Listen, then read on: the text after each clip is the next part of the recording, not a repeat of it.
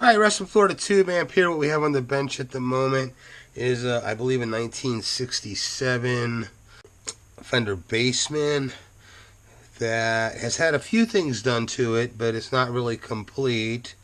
Looks like they've changed out the coupling caps here. They put a 3-prong cord on it. Not much, another orange drop there that's new, and I don't think that's original. None of the resistors have been replaced.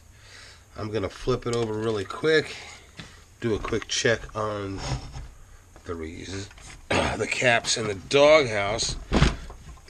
The owner of this amp has stated that he does not want to have the caps replaced at this time. So what this does with the radio, I've talked about this before, is can tell really quickly if they're open or not. I can't tell if they're leaking at voltage without pulling them.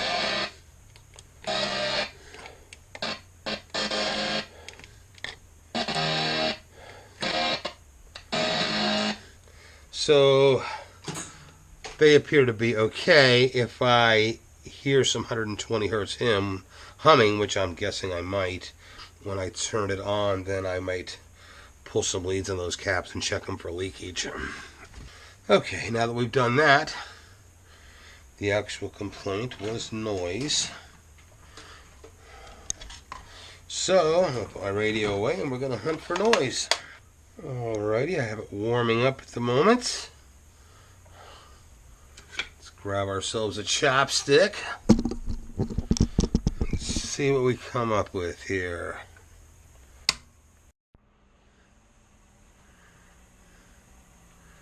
Okay, this is your amp with both the volumes all the way down. I can hear some hum. I don't know if that'll show up on the recording, maybe. Because I can hum with it. I know it's 120 hertz hum, and that means it's probably from the electrolytic caps, which we're going to flip over and check. But if we put this volume all the way up, it gets a lot noisier. I can come in here and I can see that this one cap is bad. And if I turn this side up, I can see these two caps are bad as well. And this is the bias cap. It's, no matter what, it's always a good idea to replace that. Hold on, I'm going to flip it over. Okay, I'm going to test a few of these caps for leakage. You can see I've got the first one, which has been replaced, hooked up to my night capacitor tester. And basically, when this thing is wide open, there's no current going by it. And when it's closed, it is. So if we do it at 50 volts, you can see that it closes and then quickly opens up like it's supposed to all the way. This cap is rated at 450 volts. If I do that, you can see it's moving really slowly and it doesn't open all the way. So this cap is leaking. Let's move to the next cap, which is this guy right here.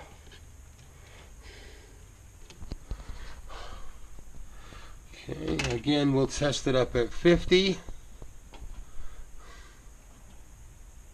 You can see it opens right up. At 450, not so much. Okay, so I'm on the third cap to test right now. So again, I'll go back up to 50. We can see it opens right up like it's supposed to. We'll go to 450.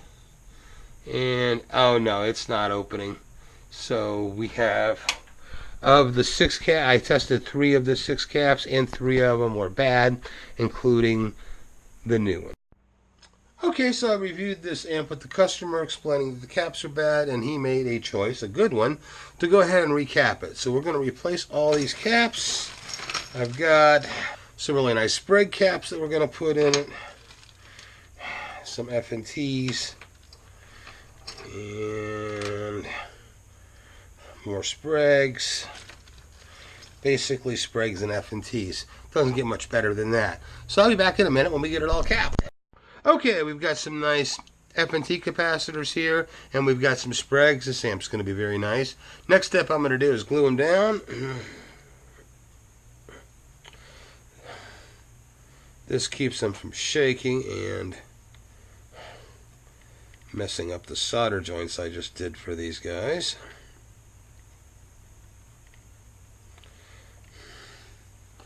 There we go. Next we do the top.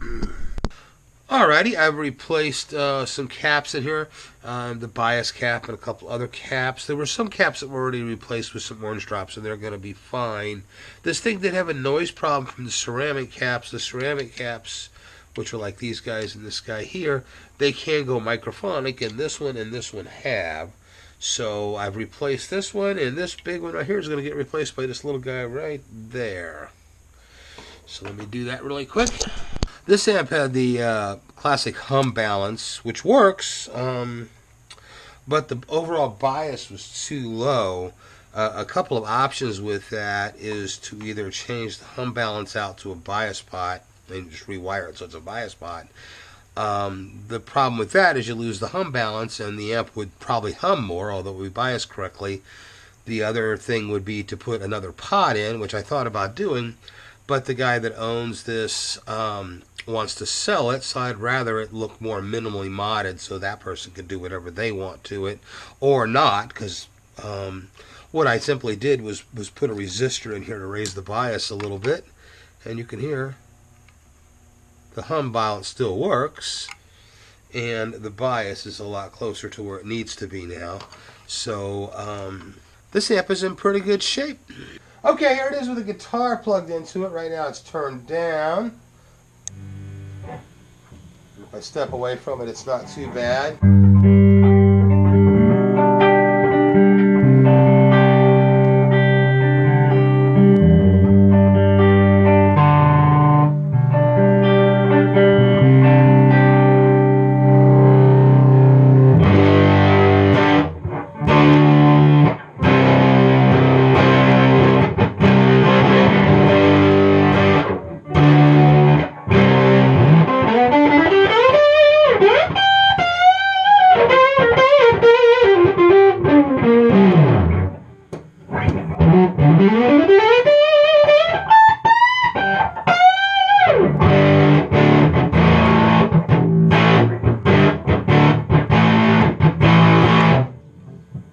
As it turns out, it is a nice little bassman.